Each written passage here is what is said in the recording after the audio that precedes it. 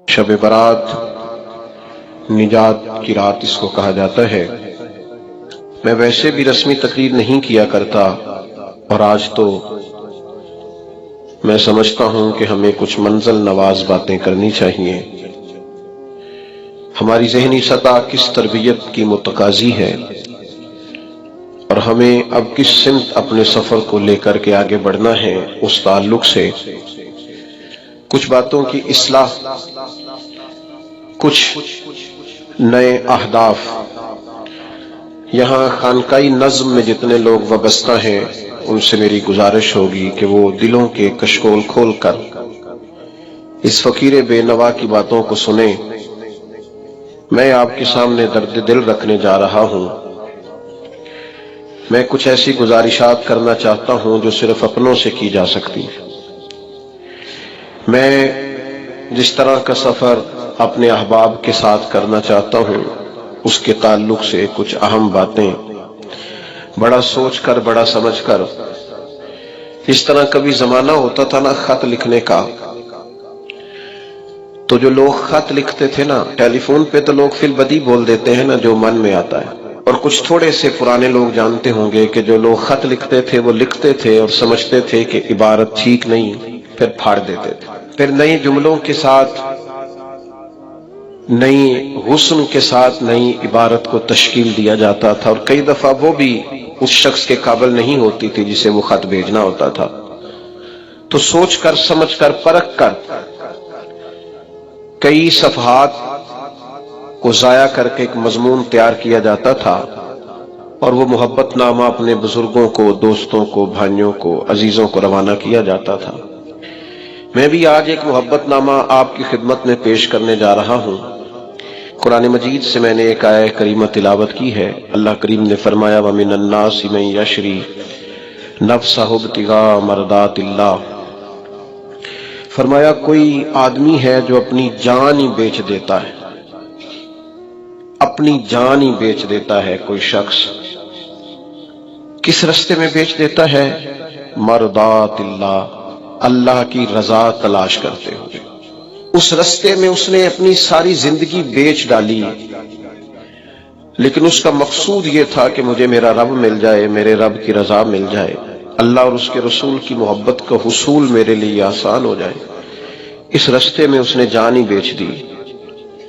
مالک نے اس آیت میں یہ نہیں فرمایا اسے کیا دوں گا، اجر کیا ملے گا، اس کا ثواب کتنا ہے، جنت کہ کس درجے میں اسے رکھا جائے گا۔ فرمایا کوئی آدمی ہے، کچھ لوگ ہیں جو اپنی جان ہی بیچ دیتے ہیں اللہ کی رضا تلاش کرنے میں۔ تو نتیجہ ایک جملہ صرف بیان کیا، فرمایا واللہ رؤوف بالعباد، اللہ بھی پھر اپنے بندوں پر بڑا ہی مہربان۔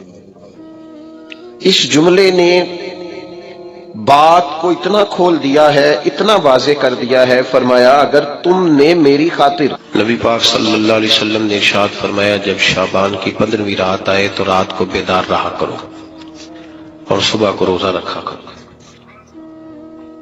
تو جب حضور نے کہہ دیا بیدار رہو تو پھر کسی کو سونا نہیں چاہیے، بیدار رہنا چاہیے۔ اور بیداری کا مطلب یہ نہیں کہ وہ آدمی بس جاگتا رہے، اس کا مطلب یہ ہے کہ وہ اللہ اللہ کرے، درود پاک پڑھے، عبادت کرے، تلاوت کرے، ذکر فکر میں رہے۔ کچھ باتیں اس مقصد کے لیے کہ اس رات اللہ پاک نے اپنی رحمت کے دروازے کھولے ہیں، تو کچھ ایسی بات کی جائے جس سے دل نرم ہو جائے۔ دوستو، قرآن مجید کی 2 آیات میں نے پڑھی ہیں۔ اللہ کریم نے فرمایا یا ایھا الذین آمنوا اتقوا اللہ حق تقاتہ، اے ایمان والو اللہ سے ڈرو، اور اتنا ڈرو جتنا ڈرنے کا حق ہے۔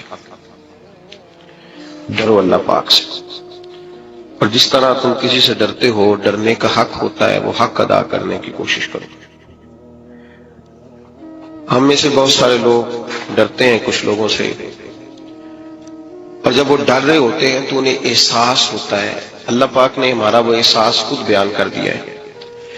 فرمایا جب تم کسی سے ڈرتے ہو تو تمہیں اس کا احساس ہوتا ہے کہ تم کتنا ڈرتے ہو، تو پھر تم کوشش کرتے ہو کہ تم وہ کام نہ کرو جس سے وہ بگڑ جائے گا، ناراض ہو جائے گا۔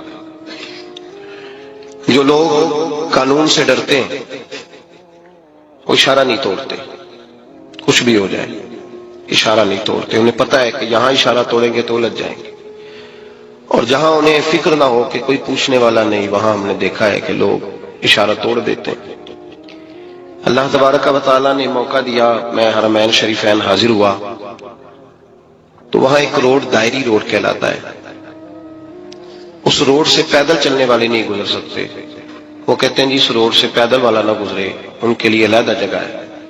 قانون یہ ہے کہ اگر کوئی پیدل آدمی وہاں سے گزرے اور اس کا ایکسیڈنٹ ہو جائے تو وہ حکومت یہ کہتی ہے کہ یہ کیوں یہاں سے گزرا تھا، لہذا کوئی مقدمہ نہیں ہو سکتا. وہاں ہم نے دیکھا ہے کہ لوگ اس سڑک پہ پیر بھی نہیں رکھتے، کہتے مر گئے تو بنے گا کچھ نہیں. یہاں بھی بہت سارے ایسے معاملات ہوتے ہیں کہ جہاں انسان محسوس کرتا ہے کہ یہ بڑا میرے لیے نقصان ہو جائے گا تو وہ ڈرتا ہے.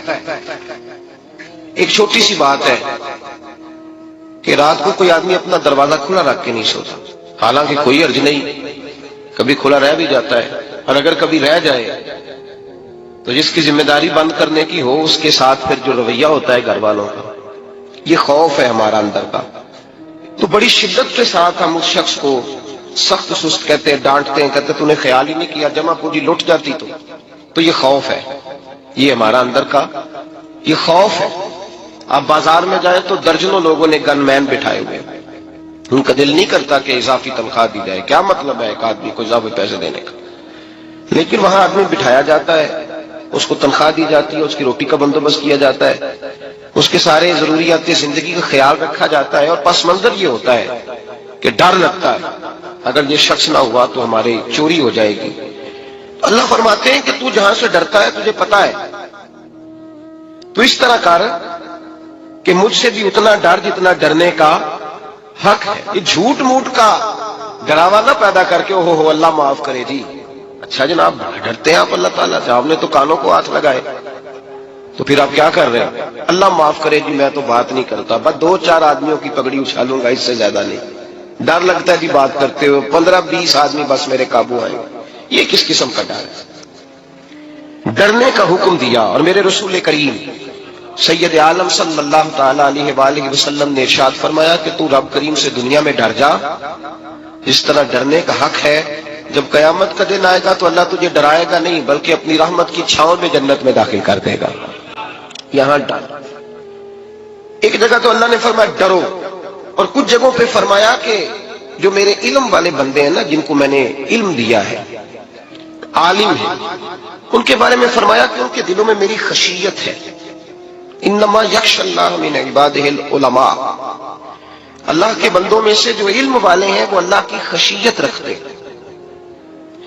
قرآن نے ایک جگہ کہا ڈرو، خوف کا لفظ بھی استعمال کیا، وَلِمَنْ خَافَ مَقَامَ رَبِّهِ جَنَّتَانِ. خوف بھی ہے اور خشیت بھی ہے. ان دونوں کا معنی ایک ہی ہے، ڈرنا. خوف کا معنی بھی اور خشیت کا معنی بھی.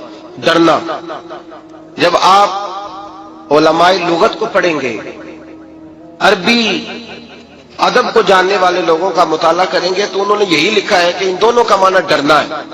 میری طرف دیکھیے، توجہ کریں، کچھ سمجھانے لگا ہوں، اس نقطے کو ضرور سمجھیے گا. خشیت کا معنی بھی ڈرنا ہے، خوف کا معنی بھی.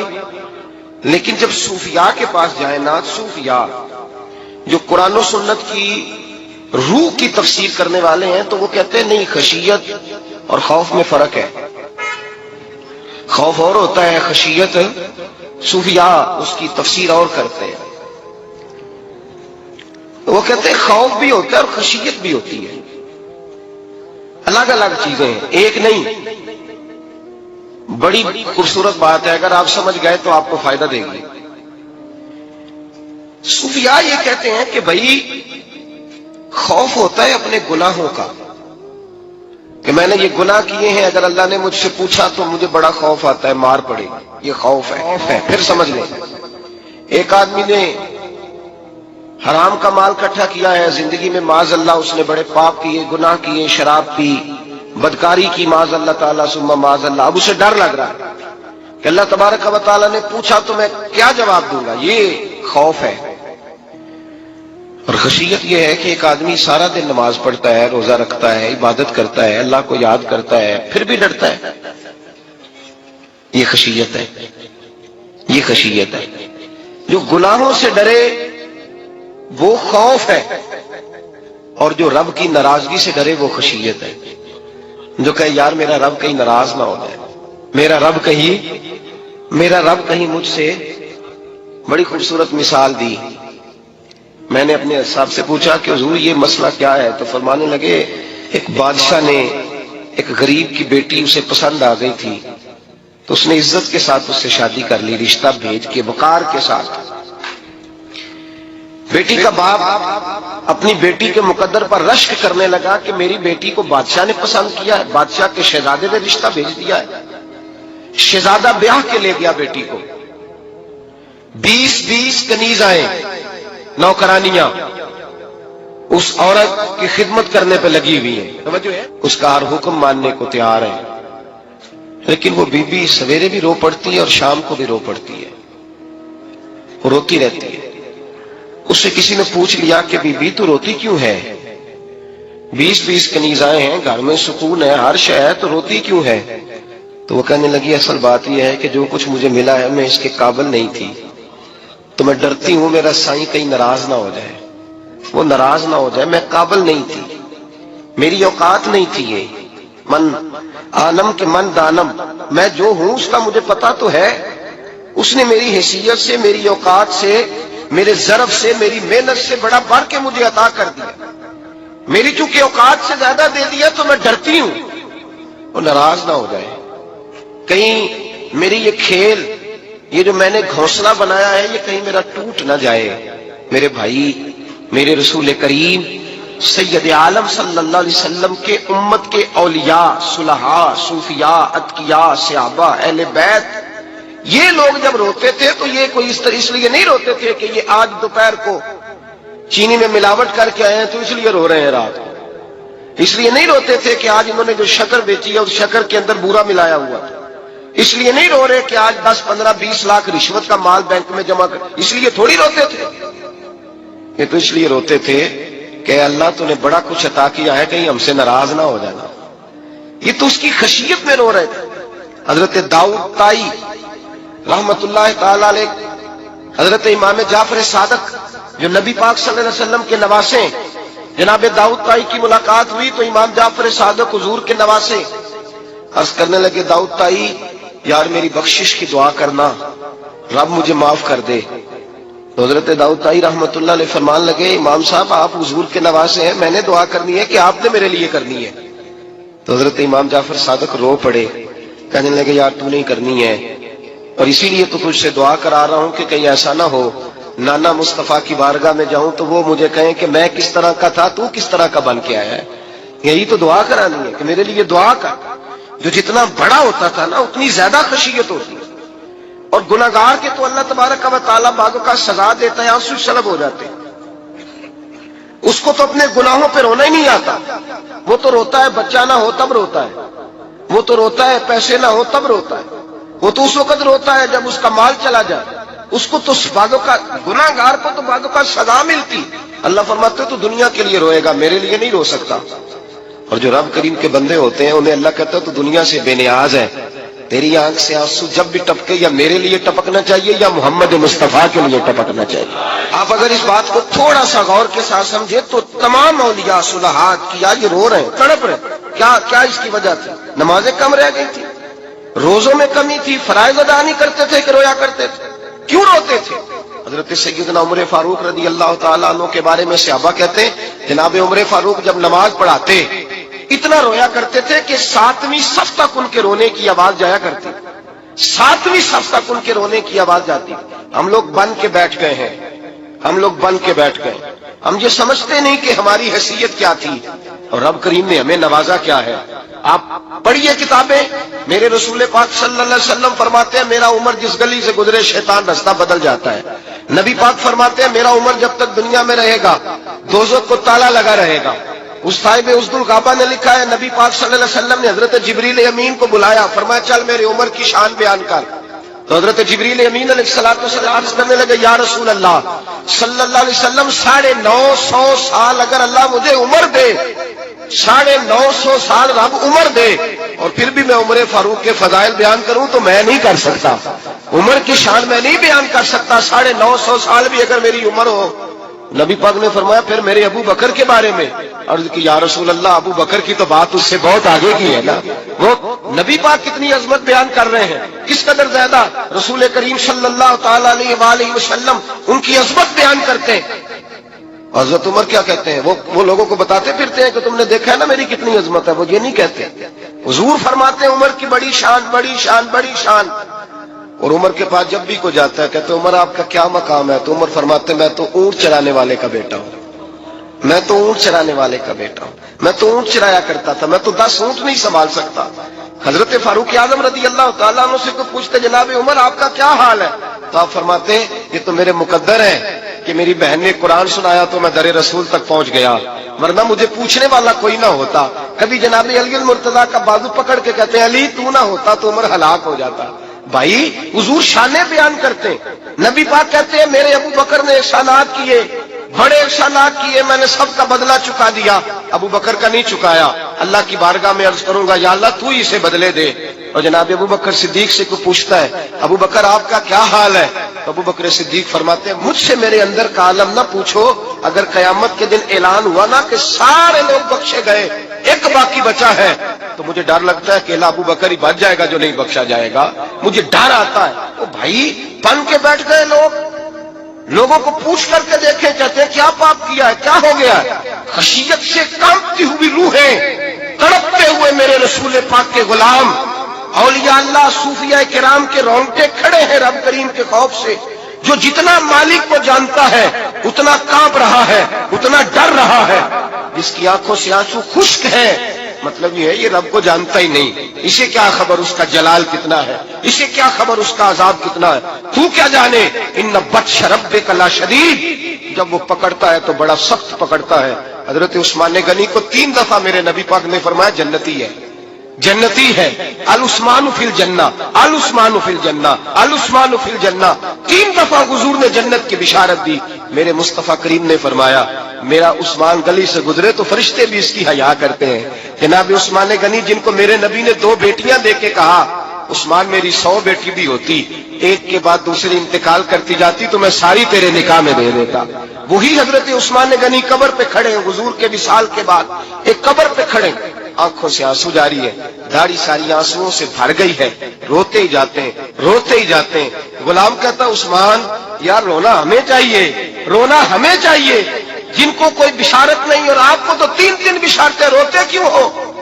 جناب عثمان غنی فرمانے لگے جس مصطفیٰ نے مجھے جنت کی بشارت دی اسی رسول نے فرمایا تھا قبر آخرت کی منزلوں میں سے پہلی منزل ہے، آخرت کی منزلوں میں سے پہلی منزل۔ سوچتا ہوں اگر رب کریم نے عثمان سے حساب پوچھ لیا حساب کیسے دینا ہے، میرے مصطفیٰ کریم نے، یہ تو بات ہے نا جناب عمر کی، یہ تو بات ہے حضرت عمر کی، حضرت ابو بکر کی، جناب عثمان غنی کی، اور جس شیر خدا کے بارے میں نبی پاک نے فرمایا علی منی وانا من علی، فرمایا علی اور میں 2 نہیں، میں علی ہوں اور علی میں ہے، جن کو فرمایا من کنت مولا ہوں وہذا علی مولا، جس کا میں مولا اس کا علی بھی، اس کا علی بھی، جس مولا علی شیر خدا کو یہ درجہ دیا۔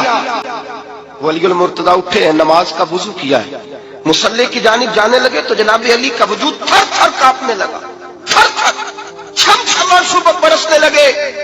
حضرت سیدنا امام حسن آگے بڑھے، ابا جی کیا ہوا؟ فرمایا حسن ڈر رہا ہوں، مالک کی بارگاہ میں جا رہا ہوں، کہیں رب علی کو دھتکار ہی نہ دے، کہیں مالک علی سے حساب ہی نہ پوچھ لے، کہیں اللہ تبارک و تعالیٰ ناراضگی کی نظر سے نہ دیکھے۔ او بھائی ہم لوگ اتنے دلیر، اتنے تگڑے، اتنے سیاہ، اتنے عقل مند، اتنے گناہوں کے پیچھے پہاڑ ہیں، لیکن مجال ہے کوئی ایک قطرہ وہ آنسو جو ہم نے سنبھال کے رکھے ہیں دنیا داری پہ بہانے کے لیے۔ کبھی اپنا حساب کر، کبھی سوچ، روز شکوہ کرتا ہے، کہتا ہے میرے پاس پیسے نہیں، گاڑی نہیں، کار نہیں، کوٹھی نہیں، سرمایہ نہیں۔ کبھی سوچ جو کچھ ہے اگر رب کریم میرے اور آپ کے اعمال دیکھے تو ہماری حیثیت ہے کہ وہ سارا کچھ ہمیں دیا جاتا، ہماری اوقات تھی کہ وہ ہمیں دیا جاتا جو اس نے دیا ہے۔ ٹٹول کے دیکھیں، عمر گزر گئی، شکوے کرتے، ذرا پلٹ کے دیکھیں، اگر ہمارے گناہ اور ہماری نیکیاں اکٹھی کی جائیں تم جزا والے نہیں سزا والے نکلتے ہیں معاذ اللہ۔ محمود غزنوی بڑا پیار کرتے تھے ایاز کے ساتھ، بڑا پیار کرتے تھے، نوازا کرتے تھے، روز کوئی نہ کوئی تحفہ ملتا تھا ایاز کو۔ کچھ حسد کرنے والوں نے کہا محمود تو اسے تحفے دیتا ہے اور یہ جنگل میں اسلحہ اکٹھا کر رہا ہے، یہ تیرے خلاف علیحدہ سے فوج تیار کر رہا ہے، کچھ وقت آئے گا یہ تجھے چھوڑ کے علیحدہ سے بادشاہی کا دعویٰ کر دے۔ محمود غزنوی کہنے لگے یہ کس طرح کی بات ہے، تمہیں پتہ ہے کہ ایاز اثر سے لے کر عشاء تک کہاں رہتا ہے؟ محمود کہنے لگے یار واقعی میں نے کبھی پوچھا تو نہیں، شک کا بیج بو دیا، شک کا بیج بو دیا۔ محمود غزنوی کہنے لگے اچھا آج میں پیچھا کروں گا، تفتیش کروں گا، تحقیق کروں گا کہاں جاتا ہے، تحقیق کروں گا۔ محمود غزنوی نکلے پیچھا کرنے۔ عصر کے بعد ایاز نے جنگل کا رخ کیا، محمود بھی پیچھے پیچھے ہو لیے۔ کہتے ہیں جنگل کے بیچ جا کے ایک جھونپڑی آئی، اس جھونپڑی کے اندر ایاز گئے، دروازہ کھولا اندر چلے گئے۔ مجھے بڑا غصہ تھا کہ ہر بات مجھے بتاتا ہے، یہ کیوں نہیں بتائی؟ جب ایاز اندر گئے تو میں نے زور زور سے دروازہ کھٹکھٹایا غصے کے ساتھ۔ ایاز نے دروازہ کھولا، باہر آئے، میں نے کہا پیچھے ہٹ۔ ایاز پیچھے ہٹے تو میں اندر چلا گیا۔ محمود کہتے ہیں جب میں اندر گیا تو میں نے اس جھونپڑی میں ایک پرانا کرتا لٹکا ہوا دیکھا، ایک ٹوٹے ہوئے جوتے پڑے ہوئے دیکھے، ایک چھوٹا سا ڈنڈا دیکھا، ایک مٹکا، ایک پیالہ دیکھا۔ میں نے ساری تلاشی لی تو چند ٹوٹی پھوٹی پرانی چیزیں۔ میں نے کہا ایاز یہ کیا ہے؟ تو کہتے ہیں ایاز کہنے لگا بادشاہ ٹٹول کے دیکھ لے، یہی کچھ ہے جو تو نے دیکھا۔ میں نے کہا یہ ہے کیا؟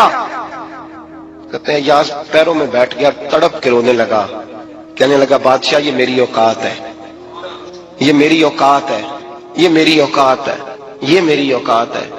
کہا کیا مطلب؟ کہنے لگا جس دن تیرے پاس آیا تھا نا تو یہ میری کائنات تھی کل، آج تیری مہربانیوں نے مجھے یہاں تک پہنچا دیا ہے۔ میں جو تیرا غدار نہیں نہ ہوتا، میں جو تیری نافرمانی نہیں کرتا، اس لیے نہیں کرتا کہ میں ہر شام آ کے اپنی اوقات یاد کرتا ہوں، اور پھر مجھے روز رات کو میرا نفس کہتا ہے اس کا وفادار رہنا، اس کا وفادار رہنا۔ تو اس حال میں تھا جب آیا تھا، اگر یہ بگڑ گیا تو پھر تجھے اپنی اوقات کا پتہ ہے نا۔ محمود غزنوی نے سینے سے لگایا، کہنے لگے آج تک تو بچا بھی اس لیے ہے کہ تو اپنی اوقات نہیں بھولا۔ ملا رومی کہتا ہے اپنی اوقات یاد رکھ، تو کیا تھا، تجھے ایک رات سونے نہ دے تو اپنی ٹانگوں پہ کھڑا نہیں ہو سکتا، تیری وہ آنکھ لے جائے تو کچھ نہیں کر سکتا، وہ تجھے معذور کر دے تو کچھ نہیں کر سکتا۔ 30 سال کے اونچے 7 فٹ قد کے جوان اس نے فالج زدہ کر کے ہسپتالوں میں ڈال دیے، وہ کچھ نہ کر سکے۔ بڑے بڑے پہلوان جو کہتے تھے کہ ہم اٹھے تو دنیا اٹھتی ہے، اس نے پھینک دیے من و مٹی کے نیچے، کچھ نہ کر سکے۔ اپنی حیثیت نہ بھول۔ میرے رسول کریم سید عالم صلی اللہ علیہ وسلم نے فرمایا 2 باتوں میں لوگ دھوکے میں ہیں، دھوکے میں ہیں، دھوکے میں ہیں، دھوکے میں۔ یا رسول اللہ کون سی؟ فرمایا جو صحت مند ہے وہ دھوکے میں ہے، وہ سمجھتا ہے میں کبھی بیمار ہی نہیں ہوں گا، مجھے روز اسی طرح نیند آئے گی جس طرح اب آتی ہے، میں روز اسی طرح اٹھوں گا جیسے اب اٹھتا ہوں، میں اتنا ہی لمبا چوڑا رہوں گا جس طرح آج ہوں، میرا حسن اسی طرح قائم رہے گا جیسے آج ہے۔ تو دھوکے میں ہے، دھوکے میں۔ بڑے بڑے آئے اور بڑے بڑے مٹی کا ڈھیر ہو گئے، فنا ہو گئے، کل من علیہ فان، فنا ہو گئے، کوئی پوچھنے والا نہ رہا۔ اور میرے رسول پاک نے فرمایا جو فارغ ہے، جن کو رب نے اپنی عبادت کے لیے فارغ کیا، اپنے دین کی نوکری کے لیے فارغ، وہ بھی دھوکے میں ہیں، وقت ضائع کر رہے ہیں، چوک اور چوراہے میں کھڑے ہیں۔ میرے بھائی جب اپنی حیثیت انسان بھولتا ہے، حیثیت بھولتا ہے، پھر وہ شکوہ کرتا ہے، جب اپنی اوقات بھولتا ہے پھر شکوہ کرتا ہے، جب وہ بھول جاتا ہے کہ میں کیا تھا پھر وہ شکوہ کرتا ہے۔ حضرت سیدنا امام احمد رحمۃ اللہ علیہ بازار میں کھڑے تھے تو بادشاہ کا بیٹا گزرا، اکڑ کے گزرا، آپ نے بازو پکڑ کے کھینچا اور میں جا کے اپنی ماں سے پوچھ اور اپنے باپ سے پوچھ تیری اوقات کیا ہے، اکڑ کے چلتا ہے، جا پوچھ ان سے تیری حیثیت کیا ہے۔ حضرت جناب سیدنا امام احمد نے ڈانٹا تو واپس آیا، آگے کہنے لگا ابا وہ امام کیا کہتا تھا کہ میری اوقات کیا ہے، کیا اوقات ہے میری؟ تو باپ اور ماں دونوں گھورنے لگے، کہنے لگے بیٹے ہمارے پاس دولت بھی تھی، گھر بھی تھا، مکان بھی تھا، جائیدادیں بھی تھی، بادشاہت بھی تھی، پر ہم دنیا کے دروازوں سے بھیک مانگ مانگ کے تھک گئے تھے۔ عرش کا مالک ایک بیٹا عطا نہیں کرتا تھا، ایک بیٹی نہیں دیتا تھا، تڑپ گئے تھے، روتے تھے، سسکتے تھے۔ پھر وہی امام احمد جنہوں نے آج تجھے گلی میں کھڑا کیا ہے اس کے دروازے پہ جا کے بیٹھ گئے، ہم نے کہا رب ناراض ہو گیا، دعا کرو ہم سے راضی ہو جائے۔ چلو زیادہ نہیں، ایک لال ہی ہمیں دے دے۔ کہ امام آمش دعائیں کیا کرتے تھے تو تب اللہ پاک نے تو ہمیں عطا کیا تھا۔ تیری او بھائی اپنی حیثیت کا تو تعین کر، تو بڑھ بڑھ کے باتیں کرتا ہے، تو بڑا کھل کھل کے بولتا ہے، اپنی حیثیت کا تو تعین کرنا، ذرا اندازہ تو کرنا کہ تو کون تھا، کہاں سے آیا ہے، تیری اوقات کیا ہے۔ یہاں لوگ ایک منٹ میں آگے نکل جاتے، پلٹ کے دیکھ تو صحیح۔ اور میرے بھائی جو بڑے لوگ تھے وہ تڑپا کرتے تھے۔ حضرت فضیل بن عیاض رحمت اللہ علیہ فرماتے ہیں بغداد میں بارش نہیں ہوتی تھی، قحط پڑ گیا، جانور پیاس سے مرنے لگے، جوان بچے بوڑھے نڈھال ہونے لگے۔ فرماتے ہیں میں بھی نکلا، سفیان ثوری بھی نکلے، اور بھی کئی صوفیاء میدان میں نکلے، دعائیں مانگی پر بارش نہیں ہوتی تھی۔ فرماتے ایک جھونپڑی سے ایک سفید بالوں والا اور گندمی رنگ والا ایک بوڑھا غلام نکلا جو کسی کا ملازم تھا، باہر آیا جھونپڑی سے، ہم اسے دیکھ رہے تھے، وہ ہمیں دیکھ نہیں رہا تھا۔ فرماتے ہیں اس کے چہرے پر عبادت کے نشان تھے، دور سے اس کا چہرہ دیکھتے لگتا تھا کوئی رب کریم کا بندہ ہے۔ فرماتے ہم اسے اللہ کا ولی جانتے تھے۔ اس نے دعا مانگی تو لفظ پتہ کیا ہیں دعا کے، ہاتھ اٹھا کے کہنے لگا مولا مجھے پتا ہے یہ جو بارش نہیں نہ ہو رہی ہے میری وجہ سے نہیں ہو رہی، میرے گناہوں کی بڑی لمبی فہرست ہے، بڑی لمبی لائن ہے۔ کہنے لگا اے اللہ میری اکیلے کی وجہ سے سارے بغداد کو سزا تو نہ دے۔ رب کریم جوان بھوکے، بچے بھوکے، مائیں ترس گئیں، بچے ترس گئے، جانور پانی کے قطرے، اللہ گناہ تو میرے اکیلے کے ہیں اور ان سب کو سزا کیوں دیتا ہے؟ نہ میری سزا سب کو تو نہ دے، میری سزا صرف مجھے دے، ان کو نہ دے۔ کہتے ہیں ابھی اس کے ہاتھ اٹھے ہوئے تھے، دعا بول رہا تھا، رب کریم نے فوراً بارش عطا فرما دی۔ فرماتے کھل کے بارش برسی۔ میں نے لوگوں سے پوچھا پتہ کرو کس کا غلام ہے، کہا فلاں آدمی کا۔ حضرت فضیل بن عیاض کہتے ہیں میں شام کو گھر چلا گیا، اس کے آقا سے بات کی، خرید لیا۔ میں جب اس کو خرید کے لایا گلی میں جا رہے تھے تو مجھے کھڑا کر کے کہنے لگا فضیل میں نکما سا آدمی ہوں، بال بھی سفید ہے، مجھ سے تو زیادہ کام ہی نہیں ہوتا، کیوں تو نے پیسے خرچ کیے، میں اس قابل ہی نہیں تھا، کیوں خریدا؟ حضرت فضیل ابن عیاض کہتے ہیں میں نے اس کو کہا کل جو تو نے دعا مانگی تھی تو نہیں دیکھ رہا تھا، ہم دیکھ رہے تھے، تو مقبول ہے رب کریم کی بارگاہ کا، تجھے اس لیے خرید کے لایا ہوں، تو مقبول ہے۔ کہتے ہیں یہ لفظ سنے تو ٹھہر گئے، وہ کہنے لگے اچھا آقا مجھے 5 منٹ کا وقت ملے گا؟ میں نے کہا ہاں ہاں ضرور ملے گا۔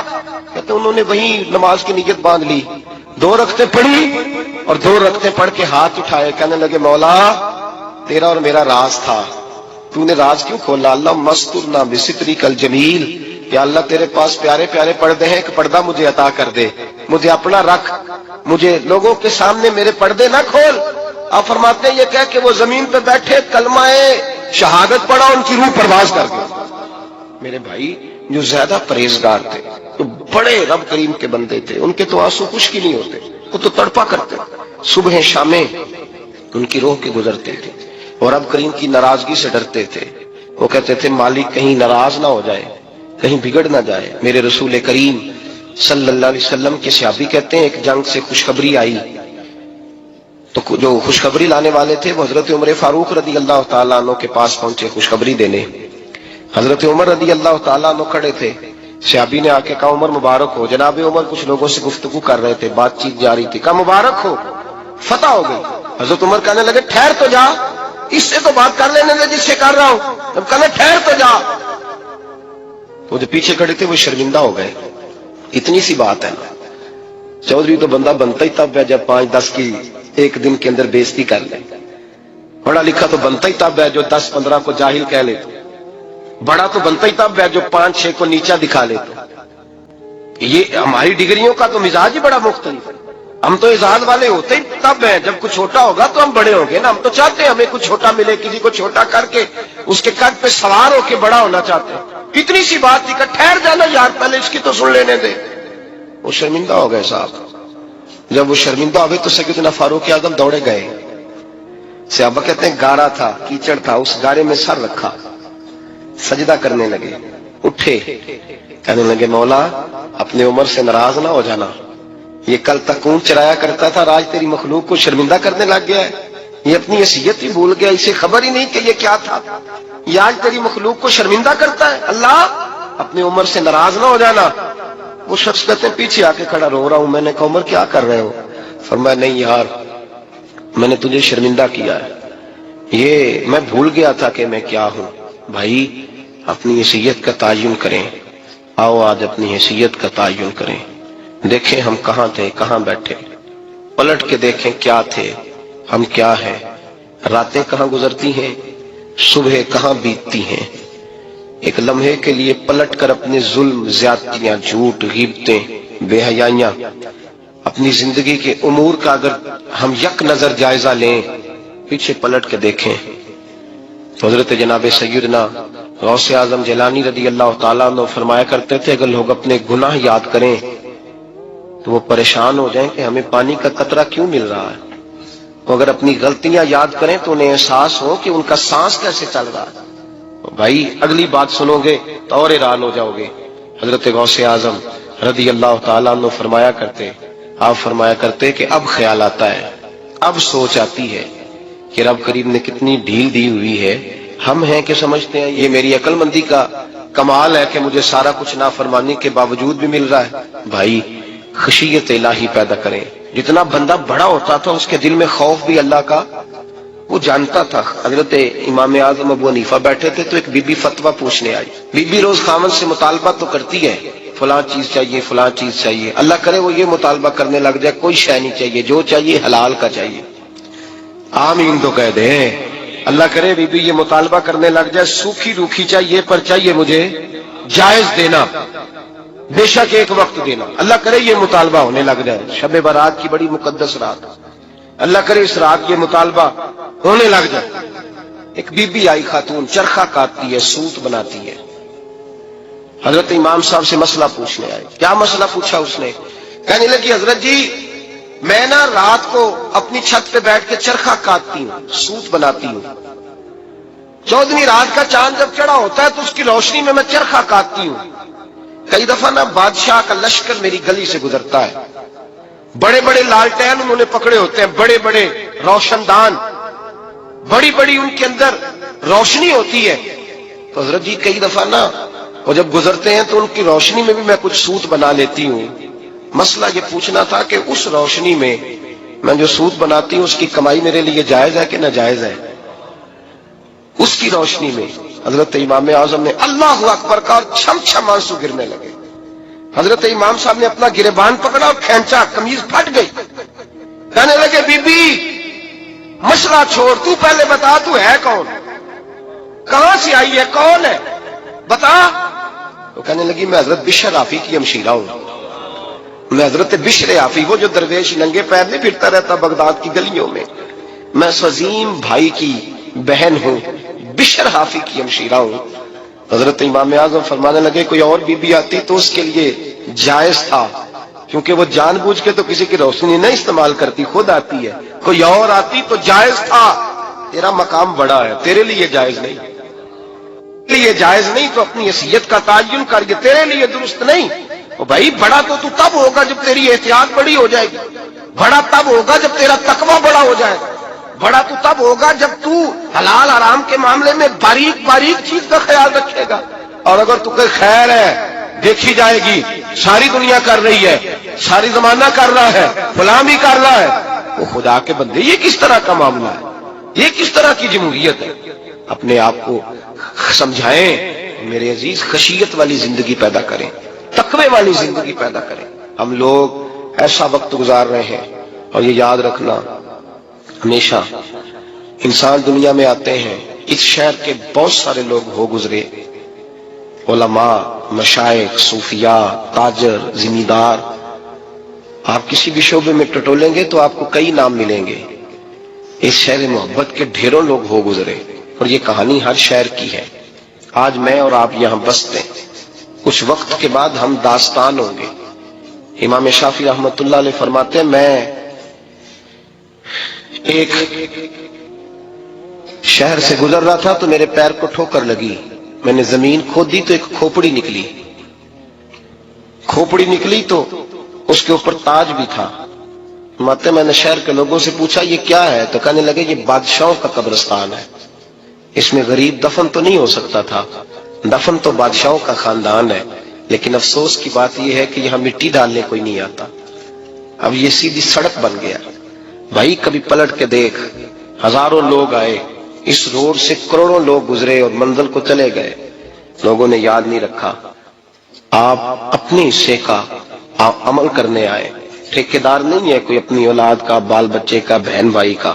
حق ضرور ہے, ان کے لیے محنت ضرور کرے گا, لیکن اس کو یہ اجازت نہیں ہے کہ وہ کہے کہ میں اب بڑا ذمہ دار ہوں تو میں نے 20 کروڑ بینک بھر کے جانا ہے. حضرت عمر بن عبدالعزیز رحمت اللہ تعالیٰ علیہ کے انتقال کا وقت آیا تو اپنے بیٹوں کو بلایا, فرمانے لگے بیٹو تمہارا باپ بزدل تھا, تمہارے لیے کچھ کر نہیں سکا. ابا جی کیا ہوا؟ فرمانے لگے بیٹے میں بزدل تھا, جہنم سے ڈر گیا, تمہارے لیے کوئی بینک بیلنس اکٹھا نہیں کر سکا. میں تھوڑا دلیر ہوتا, دوزخ سے نہ ڈرتا تو تجوریاں بھر کے جاتا. پرانے بادشاہ محل چھوڑ کے گئے ہیں, پر میرے پاس کچھ نہیں ہے, بادشاہ ہونے کے باوجود میں فقیر ہوں, خالی آ جا رہا ہوں. بزدل جو تھا. آپ نے جب یہ لفظ کہے تو بچے رونے لگے, کہنے لگے ابا جی ہمیں تو فخر ہے, ہمیں تو فخر ہے. جس گلی سے بھی ہم گزرتے ہیں کپڑے ہمارے سادے ہوتے ہیں, پر لوگ دکانیں چھوڑ کے ملتے ہیں, کہتے ہیں نیک باپ کی اولاد جا رہی ہے, یہ بڑے مرتبے والے باپ کی اولاد جا رہی. بھائی یاد رکھیں, خشیت الہی پیدا کریں, نہ اپنی ذات کے ساتھ ظلم کریں. اگر آپ کوئی بھی غلط کام کرتے ہیں تو اس کا جواب آپ نے دینا ہے. اگر آپ نے 1 کروڑ روپیہ ناجائز کمایا ہے تو وہ اللہ آپ سے نہیں, آپ کے بچے سے نہیں پوچھے گا, بیوی سے نہیں پوچھے گا, بہن بھائی سے نہیں, وہ آپ نے جواب دینا ہے. آپ اپنے اعمال پر غور کریں. آج شب برات ہے. میرے نبی کریم صلی اللہ علیہ وسلم نے فرمایا کہ میری امت کی اتنی بخشش ہوگی, مدینے میں سب سے زیادہ بنو کلب کا قبیلہ بکریاں پالتا ہے, ان کی بکریوں کے بالوں سے بھی زیادہ اللہ میری امت کی بخشش فرمائے گا. اس کو توبہ کی رات کہا جاتا ہے. توبہ کا مطلب یہ ہوتا ہے کہ اللہ میں آج کے بعد گناہ نہیں کروں گا. توبہ کا مطلب ہوتا ہے کہ میں آج کے بعد یہ غلطی, آپ کا ملازم کتنی بار غلطی کرے تو آپ رکھ لیتے ہیں, ایک دن میں 100 دفعہ کرے تو گنجائش ہے اس کو رکھنے کی, اللہ رکھ لیتا ہے, کہتا تو توبہ کر, ہے گنجائش. میرا خیال ہے جو 10 بار بھی کرے اس کے لیے بھی گنجائش ہے, اس کے لیے بھی گنجائش ہے. استاد باپ ہوتا ہے, بچے سے غلطی ہو جائے تو کہتا تجھے ارجانہ بھرنا پڑے گا. بچے لگے نہیں ہوتے اسکولوں میں, جرمانے لگے ہوتے ہیں, چھٹی کا لیدا ہے, فلاں کام کا لیدا ہے, حالانکہ باپ ہے. بھائی اللہ فرماتا ہے تو توبہ کر, اور توبہ یہ ہے کہ میں آج کے بعد یہ گناہ, اس آدمی نے کل 5 نمازیں نہیں پڑھنی, اس کا آج توبہ کرنے کا کیا مطلب ہے؟ توبہ کا کیا مطلب ہے کہ میں آئندہ گناہ, تو جو سویرے 5 نمازیں نہیں پڑھنا چاہتا, کہتا ہے کل زور نہیں میں نے پڑھنی, چلو فجر تک جاگنا ہے, فجر پڑھ لوں گا, تو اس نے توبہ کی ہے. کوئی مذاق ہے؟ استغفر اللہ استغفر اللہ, اللہ معاف کر دے. کیا معاف کر دے؟ سویرے تو مسجد آئے گا. بھائی آپ کسی, ہم سادے لوگ ہیں, دیہاتی لوگ, یہ ہمارا دیہات کا ماحول ہے. بچے کو مارتے ہیں نا مدرسے والے کو, تو ہم کہتے ہیں دوبارہ کرے گا, تو کیا کہتے ہیں اگوں, تو جو بچہ کبھی تسی تھپڑ 2 مار لو میں سویرے پھر کرنا جی, تو اس کو معافی ملے گی؟ یہ کیسی معافی ہے کہ سویرے میں نماز نہیں پڑھنی زور کی, لیکن یا اللہ معاف کر دے. یا یہ جھوٹ ہے, یہ دھوکہ ہے, یہ مذاق ہے. مذاق نہیں کرے, اور بندہ کوئی سیاںا ہو تو مذاق برداشت نہیں کرتا, اور معاذ اللہ استغفر اللہ, رب کریم کے ساتھ مذاق. یا اللہ میری توبہ, یا اللہ میری توبہ, یا اللہ مجھے معاف کر دے, یا اللہ معاف کر دے, اور سویرے جھوٹ پھر بولنا ہے اٹھتے ہی, تو یہ کیسی توبہ ہے؟ توبہ کا مطلب ہوتا ہے کہ میں توبہ کرتا ہوں آج کے بعد گناہ. تو توبہ کو سمجھے تو صحیح نا میرے بھائی, توبہ کو سمجھے. تمام صحابہ, کیونکہ شراب حرام نہیں تھی تو ہر آدمی پیا کرتا تھا, جب حرام ہو گئی تو پھر کسی نے منہ نہیں لگایا, توبہ ہو گئی تو پھر ہو گئی, پھر معاملہ ختم ہو گیا. پھر کبھی قریب حضرت مرثد بن نبی مرثد البغوی رضی اللہ تعالیٰ عنہ حضور کے صحابی ہیں. آپ فرماتے ہیں میرے اندر ایک غلطی تھی, میرا بہت ساری خواتین کے ساتھ دوستانہ تھا. نبی پاک کی بارگاہ میں جب میں گیا, اسلام کی بائت کی, تو حضور نے فرمایا تیری نظر جھکی رہنی چاہیے, خبردار کسی عورت سے تیرا, کہتے ایک نصیحت نبی پاک نے کی. آپ فرماتے ہیں میں نے اپنے دل کو اس طرح سمجھایا کہ عورتیں اگر میرے پاس آ کے کھڑی ہوتی تھی تو میرے اندر کا وجود کہتا تھا کہ ہو ہی نہیں سکتا میری توجہ جائے, اس لیے کہ توبہ کی ہے, اب دوبارہ ادھر توجہ جا سکتی. میرے بھائی توبہ کو اس کے مفہوم کے ساتھ توبہ کریں, جھوٹ نہیں بولیں, گناہ نہیں کریں. میرے رسول کریم صلی اللہ علیہ وسلم نے فرمایا استغفار پڑھا کرو, میں دن میں 100 مرتبہ استغفار کرتا ہوں. حضور کہتے ہیں میں دن میں حضور 100 دفعہ دن میں استغفار کرتے. امام حسن کے پاس ایک شخص آیا, کہا میرے پاس اولاد نہیں, فرمایا استغفار پڑھ. ایک پھر آ گیا, اس نے کہا حضور میرے پاس روزی نہیں, فرمایا استغفار پڑھ. ایک اور آیا, اس نے کہا حضور بیماری بڑی ہے گھر میں, فرمایا استغفار کر. آپ کے صاحبزادے بیٹھے تھے, کہا ابا جی جو آتا ہے آپ استغفار ہی بتاتے ہیں. آپ فرمانے لگے جب کوئی بندہ توبہ کرتا ہے تو رب راضی بڑا ہوتا ہے. تو میں نے سب کو توبہ کا وظیفہ بتایا ہے, جس کی جو بھی مجبوری ہو اگر توبہ کر لے تو اللہ تعالیٰ اسے آسانی عطا کر دیتا ہے, اللہ اس پہ نظر رحمت کر دیتا ہے. اپنے آپ کو تبدیل کریں, نماز کو اس کی حقیقت کے ساتھ پڑھا کریں, اس کی حقیقت کے ساتھ نماز کو پڑھیں. 5 وقت مسجد میں حاضری دیں, چھوڑ کے سارے کام چھوڑ کے, باقی سارا کچھ بعد میں. آپ کا رشتہ لوگوں کے ساتھ زندگی کا ہے, موت کا نہیں ہے. آپ خود دیکھ لیں, جن کے بزرگ چلے گئے وہ ڈیلی جاتے ہیں قبرستان, کل بیٹھتا 2 گھنٹے جا کے, والد صاحب ہیں, دادا جی ہیں, نانا جی ہیں. دیکھا کبھی کسی کو صبح گیا ہو شام آیا ہو؟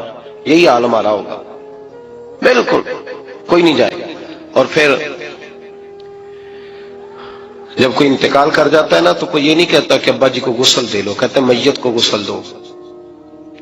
ماں آنکھوں کی ٹھنڈک ہوتی ہے لیکن کہتے ہیں لاش کو اٹھاؤ, جنازے کو اٹھاؤ. آپ کے رشتے ناطے ختم ہو گئے. اگر آپ ناراض نہ ہو تو مجھے جنازے پڑھانے کا موقع ملتا ہے. 1-2 بات عرض کرتا ہوں, اس کے بعد ذکر کرتے ہیں, انشاءاللہ دعا ہوگی.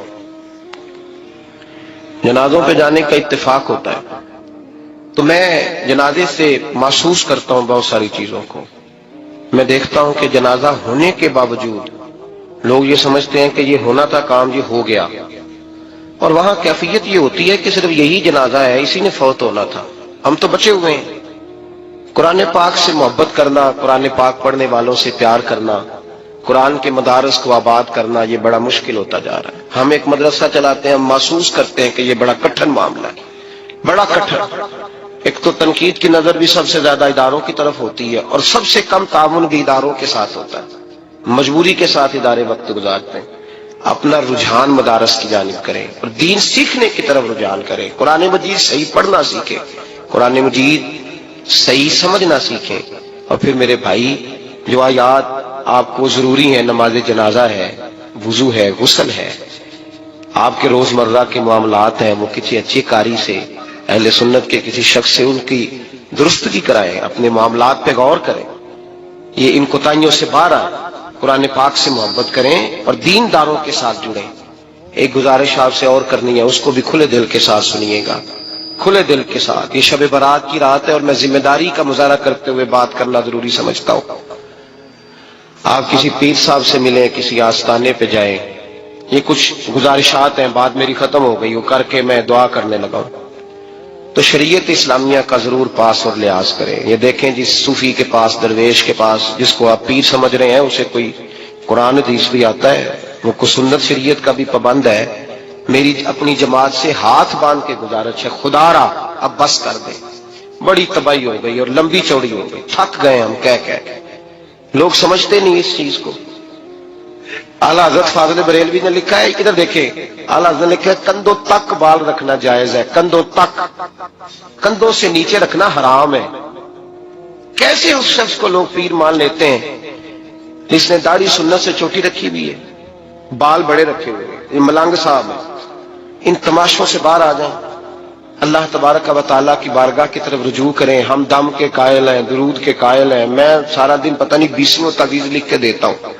ہمارے بزرگوں کا طریقہ ہے, یہ چیزیں جائز ہیں, ان کی شریعت میں اصل ہے, دلیل ہے, لیکن کل دین یہ نہیں ہے. اپنے آپ کو بچائیں اور علم کی طرف رجوع کریں, تقوی کی طرف رجوع کریں. ان ظالموں سے, بہروپیوں سے اپنے آپ کو بچائیں.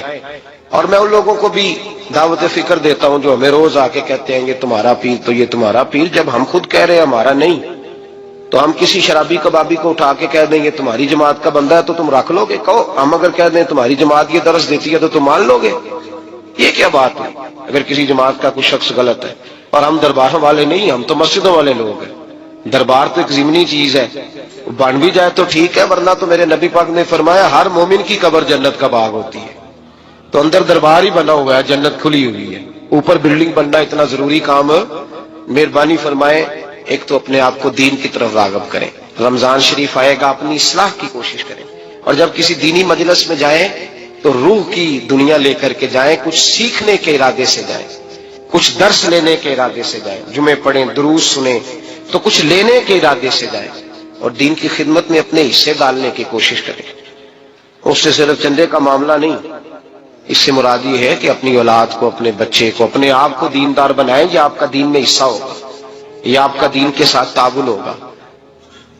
آخری بات میرے بھائی آپ حضرات سے یہ ہے، اس کو ضرور سمجھیں، خواتین کو پردے کا پابند کریں، ان کو پردہ داری سکھائیں۔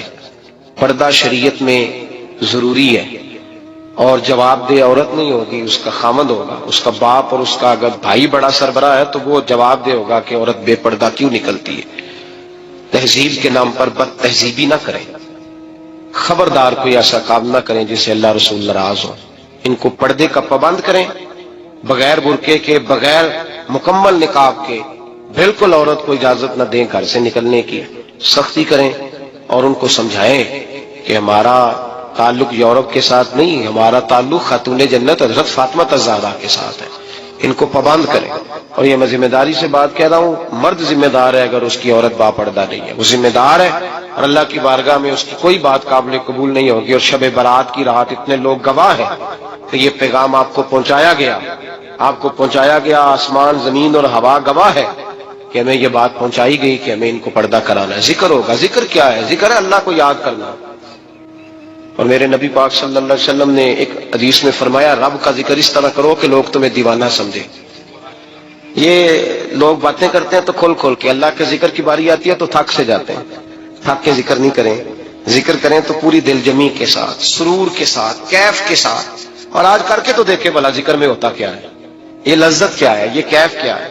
میرے بچے چھوٹے مجھ سے کہتے ہیں ذکر لمبا کرایا کریں، بیٹا اکثر مجھے کہتا ہے ذکر جو ہے نا وہ جب آپ بڑا لطف آتا ہے ذکر میں، ذکر تو ایک کیفیت ہے، لگ جائے تو اس کا ایک اپنا ذائقہ ہے، تو ذکر کریں اللہ کا، درود شریف پڑھیں۔ دعا کیا ہے؟